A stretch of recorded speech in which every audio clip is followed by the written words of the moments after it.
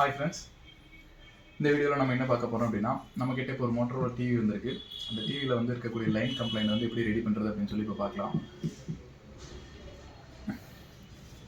First இந்த டிவியில் என்ன கம்ப்ளைண்ட் இருக்குது அப்படின்னு சொல்லி காமிக்கிறேன் பாருங்கள். இந்த இடத்துல பார்த்தீங்க அப்படின்னா இந்த லைன்ஸ் வருது. இந்த லைன்ஸ் வரதான் இதனோட கம்ப்ளைண்ட்டு. இந்த கம்ப்ளைண்ட்டை வந்து நம்ம ரெட்டிஃபை பண்ண போகிறோம்.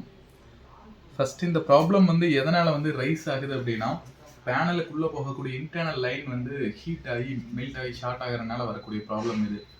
இப்போ இந்த ப்ராப்ளம் வந்து வராமல் இருக்கிறதுக்கு நம்ம என்ன பண்ணோம் அப்படின்னா டிவி வந்து கண்டினியூஸ் ரன்னிங்கை வந்து ஒரு 6 hours 7 hours கண்டினியூஸ் ரன்னிங்கை வந்து அவாய்ட் பண்ணிட்டு நடுவில் ஒரு 10 to 15 minutes வந்து கண்டிப்பாக கேப் கொடுக்கணும். ஒரு 3 hours ஒரு 10 to 15 minutes வந்து கேப் கொடுத்தோம் அப்படின்னா இந்த ப்ராப்ளம் வந்து கொஞ்சம் லைஃப் கிடைக்கும். இந்த ப்ராப்ளம் வந்து உடனே ஒரு டிவி வாங்கி ஒரு 1 year 1.5 yearலேயே வந்து இந்த கம்ப்ளைண்ட் வந்து வராது. இதில் பார்த்தீங்க அப்படின்னா இந்த இடத்துல பார்த்தீங்க அப்படின்னா லைன்ஸ் வந்து ஷார்ட் ஆகுது தெரியுதுங்களா? இந்த லைன்ஸு இந்த கீழே இதெல்லாமே வந்து ஷார்ட் ஆகுது. இப்போ இதுதான் இதனோட பிரச்சனை. இந்த ப்ராப்ளமை வந்து நம்ம ரெட்டிஃபை பண்ணுறதுக்கு ஃபஸ்ட்டு இதனோட பேக் டோர்லாம் ஓப்பன் பண்ணிட்டு என்ன மாதிரி ரெடி பண்ணலாம் அப்படிங்கிறத ஃபுல் வீடியோ பாருங்கள், புரியும். இப்போ இந்த டிவினோட மாடல் நம்பர் பார்த்தீங்க அப்படின்னா 43SAUHD MQ. இதுதான் இதனோட மாடல் நம்பர். இப்போ இதனோட பேக் டோர் வந்து நம்ம ஓப்பன் பண்ணலாம்.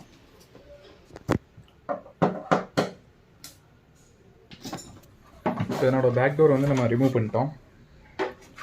இப்போ இது பார்த்தீங்க அப்படின்னா ஒரு காம்போ போர்டு. இதில் வந்து SMBS section plus mother board section எல்லாமே இன்பில்டாக வந்துடும். இப்போ இது மதர் போர்டுக்கு கீழ் சைடு tcon போர்டு வந்திருக்கு.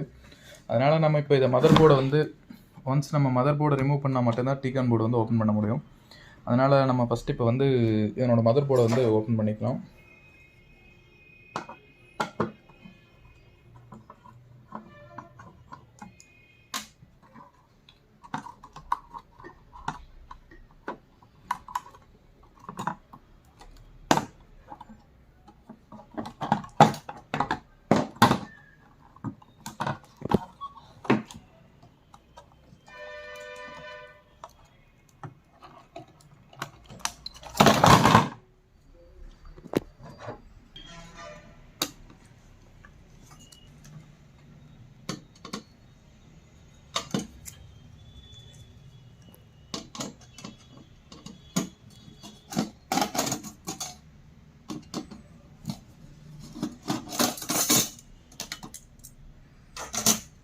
இப்போ இதில் யூஸ் பண்ணியிருக்கக்கூடிய பேனல் வந்து பார்த்தீங்க அப்படின்னா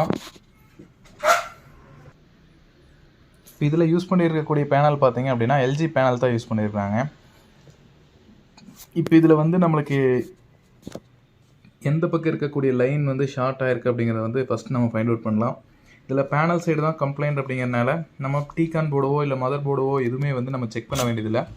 டைரெக்டாக பேனலை வந்து நம்ம பேனலுக்கு போகிற லைன் ஒவ்வொரு சைடாக ரிமூவ் பண்ணிவிட்டு செக் பண்ணோம்னாவே இதுக்குண்டான சொல்யூஷன் வந்து ஃபைண்ட் அவுட் பண்ணிடலாம். ஃபஸ்ட்டு இப்போது ஒரு சைடு இருக்கக்கூடிய லைன் மட்டும் கனெக்ட் பண்ணி விட்டுட்டு நம்ம ஆன் பண்ணி டிஸ்பிளே என்ன ஆகுது அப்படிங்கிறத செக் பண்ணலாம். இது நம்மளுடைய கன்வீனியன்ட்டுக்காக tcon போர்டை வந்து நம்ம உள்ளே ஃபிட் பண்ணாமல் செக் பண்ணுறதுக்காக செக்கிங் பர்பஸ்க்காக வந்து tcon போர்டை வந்து வெளியவே நம்ம ஃபிட் பண்ணியிருக்கோம். இப்போ இதில் வந்து லெஃப்ட் சைடு போகக்கூடிய லைன் மட்டும் கனெக்ட் பண்ணியிருக்கோம். ரைட் சைடு லைன் வந்து நம்ம இப்போ கனெக்ட் பண்ணல. இந்த கண்டிஷனில் இப்போ வந்து நம்ம ஆன் பண்ணி என்ன ஆகுது அப்படின்னு சொல்லி செக் பண்ணலாம்.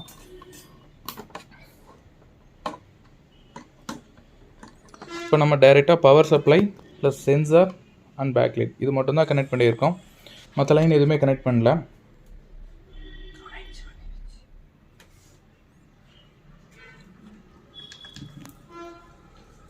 இப்போ நம்ம பவர் ஆன் பண்ணுறப்ப பார்த்தோம் அப்படின்னா இந்த சைடு பார்த்தீங்க அப்படின்னா இந்த லைன்ஸ் வந்து மேலேயும் இருக்குது. அதே மாதிரி இந்த இடத்துலையும் வந்து டிஸ்பிளேயில் கரெக்ட் ஒயிட் ஸ்க்ரீன் அப்படிங்கிறனால கரெக்டாக இதாகலை. இந்த இடத்துல பார்த்தீங்கன்னா தெரியுது இந்த லைன்ஸு ப்ளஸ் வந்து டிஸ்பிளே வந்து ஒரு வந்து கன்வீனியன்ட் இல்லாத மாதிரி இருக்குது. ஓகேங்களா? இது ஆப்போசிட் சைடு வந்து எந்த மாதிரி வருது அப்படின்னு சொல்லி இப்போ அடுத்தது காமிக்க போகிறேன்.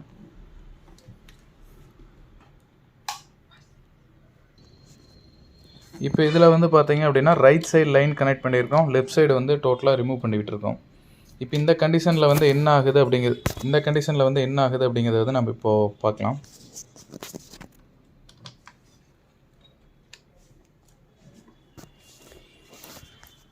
இப்போ இந்த கண்டிஷனில் பார்த்தீங்க அப்படின்னா இந்த இடத்துல கீழே மட்டும் லைன்ஸ் வருது. பட் ஆனால் பியூர் ஒயிட்டு ஒன்றும் சிம்டம் வேறு எதுவும் இல்லாமல் இருக்குது. இப்போ இதில் வந்து நம்ம எந்த சைடு பிளாக் பண்ணால் இதாகும் அப்படிங்கிறது வந்து ஒவ்வொரு சைடும் பிளாக் பண்ணி தான் செக் பண்ணி ஆகணும். ஏன்னா 2 சைடுமே வந்து நம்மளுக்கு லைன்ஸ் வரதுனால இப்போ எந்த சைடு அப்படிங்கிறது வந்து ஃபைண்ட் அவுட் பண்ணோம் அப்படின்னா ஃபஸ்ட்டு ஒரு சைடு மட்டும் நம்ம சிகேவி லைன்ஸ் வந்து பிளாக் பண்ண போகிறோம். பிளாக் பண்ணிட்டு அடுத்தது ஆப்போசிட் சைடு வந்து நம்ம பிளாக் பண்ணி செக் பண்ண போகிறோம்.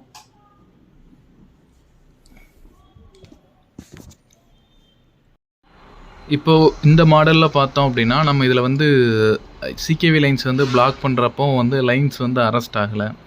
அதனால் நம்ம இப்போ என்ன பண்ணியிருக்கோம் அப்படின்னா ஸ்கேலார் போர்ட்லேயே வந்து நம்ம சின்ன ஆல்ட்ரு பண்ணியிருக்கோம். இது ஆக்சுவலாக வந்து லெவல் ஷிஃப்ட்டில் வந்து கொஞ்சம் ப்ராப்ளம் ஆகிருக்கு.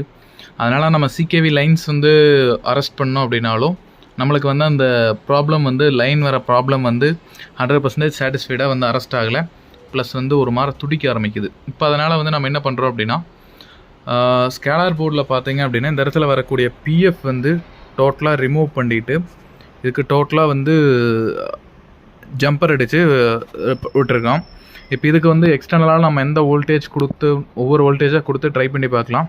இன்கேஸ் ஏதோ ஒரு வோல்டேஜில் வந்து பார்த்தோம் அப்படின்னா அந்த லைன்ஸ் வந்து ஜம்ப் ஆகிறது ப்ளஸ் வந்து அந்த துடிக்கிறது இதெல்லாமே வந்து அரெஸ்ட் ஆகும். அந்த வோல்டேஜை வந்து நம்ம இதுக்கு வந்து ஃபிக்ஸ் பண்ணோம். இப்போ அந்த வேலையை வந்து நம்ம கம்ப்ளீட் பண்ணியாச்சு. இப்போ இந்த கண்டிஷனில் என்ன மாதிரி இருக்குது அப்படிங்கிறத டிஸ்பிளே பார்க்கலாம். இப்போ இதில் வந்து பார்த்தீங்க அப்படின்னா நம்மளுக்கு அந்த லைன்ஸ் வர கம்ப்ளைண்ட் டோட்டலாக அரெஸ்ட் ஆயிடுச்சு. இந்த ஜம்ப் ஆகிட்டு இருந்த கம்ப்ளைண்ட் எல்லாமே வந்து அரெஸ்ட் ஆயிடுச்சு. சர்வீஸ் சப்போர்ட் வேணும் அப்படின்னா அந்த நம்பர் கொடுத்துருக்கு, அந்த நம்பருக்கு காண்டாக்ட் பண்ணுங்கள். சப்ஸ்கிரைப் பண்ணுங்கள், சப்போர்ட் பண்ணுங்கள். தேங்க்யூ.